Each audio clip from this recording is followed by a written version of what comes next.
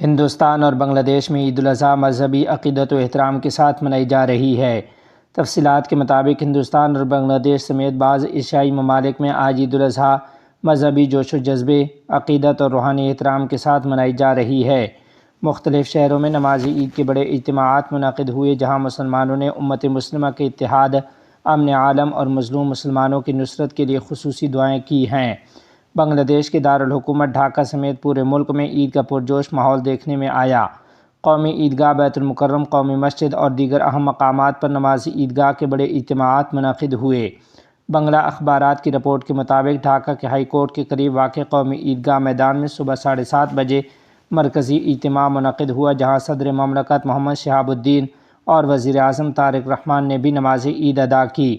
اس موقع پر کابینہ اراکین، اراکین پارلیمنٹ، جج صاحبان، سیاسی و سماجی شخصیات، غیر ملکی سفارتکاروں اور ہزاروں عام شہریوں نے شرکت کی ہے۔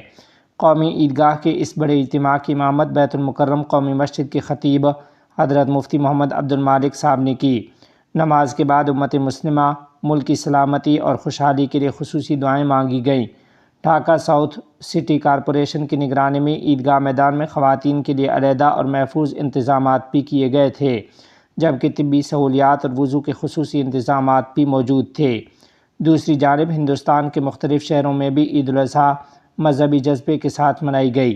دیوبند کی جامع مسجد رشید میں عید الاضحیٰ کی نماز دارالعلوم دیوبند کے شعبہ تخصص فی الادب کے استاذ مولانا مفتی افضل حسین بستوی دامت برکاتہم کی امامت میں ادا کی گئی۔ انہوں نے اپنے خطاب میں مسلمانوں کو اخلاص، تقویٰ، نمازوں کی پابندی، غریبوں کی مدد اور باہمی اتحاد اور بھائی چارے کی تلقین کی ہے۔ یاد رہے کہ پاکستان، افغانستان سمیت دیگر خلیجی ممالک میں عید الاضحیٰ گزشتہ روز منائی گئی، جہاں لاکھوں مسلمانوں نے سنت ابراہیمی کی پیروی کرتے ہوئے قربانی کا فریضہ ادا کیا۔ جمعیت علماء اسلام کے سربراہ مولانا فضل الرحمان نے اس موقع پر اپنے پیغام میں کہا ہے کہ اہل اسلام کو عید الاضحیٰ مبارک ہو۔ یہ موقع بدامنی، ظلم، دجل و فریب اور مایوسی کی تاریکیوں میں مسلمانوں کے لیے حوصلہ اور اتحاد کی نئی صبح ہے، جس سے ہمیں نیک مقاصد کے لیے اپنے مفادات اور خواہشات کو قربان کرنے کا درس ملتا ہے۔ انہوں نے کہا کہ اسلام کا عظیم رکن حج مبرور ہو یا قربانی کا مقدس عمل، دنیا بھر میں اللہ تعالیٰ کی اطاعت میں ہر قسم کی درجہ بندی کے بغیر ادا کیے جاتے ہیں۔ مسلمانوں کا یہ عمل انسانی مساوات کی عمدہ مثال ہے۔ انہوں نے کہا کہ خوشی کے اس موقع پر غزہ سمیت دنیا بھر کے مظلوم مسلمانوں کو نہیں بھولنا چاہیے اور وطن عزیز میں کمر توڑ مہنگائی کے باعث قربانی سے محروم سفید پوش ہم وطنوں کو بھی یاد رکھنا چاہیے۔ مولانا فضل الرحمان صاحب نے آخر میں اللہ تعالیٰ سے دعا مانگتے ہوئے کہا کہ اللہ تعالیٰ اس عید الاضحیٰ کو وطن عزیز کے لیے خوشیوں کا سامان ثابت فرمائے اور ہمارے حج اور قربانیوں کو قبول فرمائے۔ امیر الہند مولانا سید ارشد مدنی صاحب دامت برکاتہم نے عید الاضحیٰ کے موقع پر ملک و ملت کو مبارکباد پیش کرتے ہوئے کہا کہ یہ مقدس تہوار باہمی بھائی چارے، محبت اور قومی یکجہتی کا پیغام دیتا ہے۔ انہوں نے امید ظاہر کی کہ عید الاضحیٰ کا یہ مبارک موقع ملک میں ہندو مسلم اتحاد اور آپسی ہم آہنگی کو مزید مضبوط بنائے گا۔ صدر آل انڈیا مسلم پرسنل لا بورڈ مولانا خالد سیف اللہ رحمانی نے اپنے تہنیتی پیغام میں کہا کہ عید الاضحیٰ کے اس مبارک اور مسعود موقع پر تمام مسلمان بھائیوں اور بہنوں کی خدمت میں دل کی گہرائی سے مبارکباد پیش ہے۔ اس موقع پر ہمیں یہ یاد رکھنا چاہیے کہ قربانی دراصل اللہ کے پیغمبر حضرت سیدنا ابراہیم خلیل علیہ السلام کی قربانی اور استقامت کی یادگار ہے۔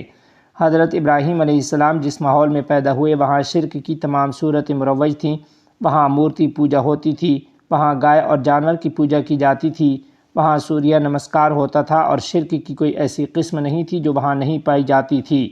حضرت ابراہیم علیہ السلام نے اس ماحول میں شرک سے برات کا اظہار کیا اور شرک کی تمام صورتوں کا رد فرمایا۔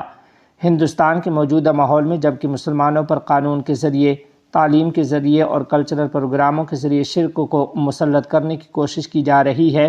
ملک کے ہر مسلمان کا فریضہ ہے کہ وہ حضرت ابراہیم علیہ السلام کی سنت کو اپنے لیے اسوہ بنائے اور بہر قیمت اپنے دامن ایمان کو شرک کی آلودگی سے بچائے رکھے۔ محترم سامعین، عید الاضحیٰ حضرت ابراہیم علیہ السلام اور حضرت اسماعیل علیہ السلام کی عظیم قربانی کی یاد تازہ کرتی ہے اور مسلمانوں کو ایثار، تقویٰ، اطاعت الہی اور انسانیت کے ساتھ ہمدردی کا عملی درس دیتی ہے۔ ناظرین و سامعین، آپ کو آخر میں یہ بھی بتاتے چلیں کہ دارالعلوم حقانیہ اکوڑہ خٹک کے ترجمان نے عید الاضحیٰ کے موقع پر عیدگاہ میں پیش آنے والے ناقص انتظامات کے حوالے سے وضاحتی بیان جاری کرتے ہوئے کہا ہے کہ بعض سیاسی عناصر اور محکمہ TMA انتظامیہ کے مابین اختیارات اور باہمی کشیدگی کے باعث اس مرتبہ ہزاروں افراد خطبہ عید اور نماز عید سے متاثر ہوئے۔ ترجمان کے مطابق محکمہ TMA نے بعض سیاسی بیانات کے رد عمل میں انتقامی کارروائی کرتے ہوئے عیدگاہ میں لاؤڈ سپیکر کا انتظام نہیں کیا، جس کے باعث اکوڑا خٹک اور گرد و نواح سے آنے والے عوام کو شدید مشکلات کا سامنا کرنا پڑا۔ دارالعلوم حقانیہ کے ترجمان نے واضح کیا کہ عیدگاہ کے انتظامات دارالعلوم حقانیہ کی ذمہ داری نہیں، بلکہ یہ امور TMA کے دائرۂ اختیار میں آتے ہیں، جبکہ سیکورٹی کے حوالے سے پولیس اور دیگر ادارے داخلی و خارجی راستوں کی نگرانی پر مامور تھے۔ بیان میں مزید کہا گیا کہ عوام، علماء اور طلباء کے تحفظ کے پیش نظر اس مرتبہ مکمل باڈی سرچ کا فیصلہ کیا گیا تھا، کیونکہ گزشتہ برس دارالعلوم حقانیہ میں ہونے والے بم دھماکے میں مولانا حامد الحق حقانی سمیت 8 افراد شہید ہو گئے تھے، جبکہ چند ہفتے قبل دارالعلوم حقانیہ کے مرکزی شیخ الحدیث مولانا محمد ادریس کو بھی شہید کیا جا چکا ہے۔ ترجمان کے مطابق موجودہ ذمہ داران کو بھی مسلسل سیکورٹی خطرات لاحق ہیں اور عید کے موقع پر متعلقہ اداروں کی جانب سے سیکورٹی الرٹس جاری کیے گئے تھے۔ ترجمان نے افسوس کا اظہار کرتے ہوئے کہا کہ سوشل میڈیا اور عیدگاہ میں بعض افراد نے حسب روایت دارالعلوم حقانیہ کو تنقید کا نشانہ بنانے کی کوشش کی، جو افسوسناک طرز عمل ہے۔ انہوں نے اعلان کیا کہ آئندہ سال دارالعلوم حقانیہ عید الفطر اور عید الاضحیٰ کے موقع پر اپنی جامع مسجد میں نماز عیدین کے باقاعدہ انتظامات کرے گا، تاکہ بجلی، لاؤڈ سپیکر اور دیگر انتظامی مسائل سے بچا جا سکے اور عوام پرسکون ماحول میں عبادت ادا کر سکیں۔ ترجمان دارالعلوم حقانیہ کے مطابق دارالعلوم حقانیہ نے علاقے کے اتحاد و اتفاق اور عوامی ہم آہنگی کے پیش نظر طویل عرصے تک بعض مخالفانہ رویوں کو برداشت کیا، تاہم اب بہتر انتظامات اور عوامی سہولت کو مد نظر رکھتے ہوئے جامع مسجد میں نماز عیدین کے انعقاد کا فیصلہ کیا گیا ہے۔ ساتھ ہی انہوں نے مطالبہ کیا کہ عیدگاہ میں پیش آنے والے واقعے کی غیر جانبدارانہ اور شفاف تحقیقات کی جائیں، تاکہ حقائق عوام کے سامنے آ سکیں اور ذمہ دار عناصر کے خلاف کارروائی عمل میں لائی جا سکے۔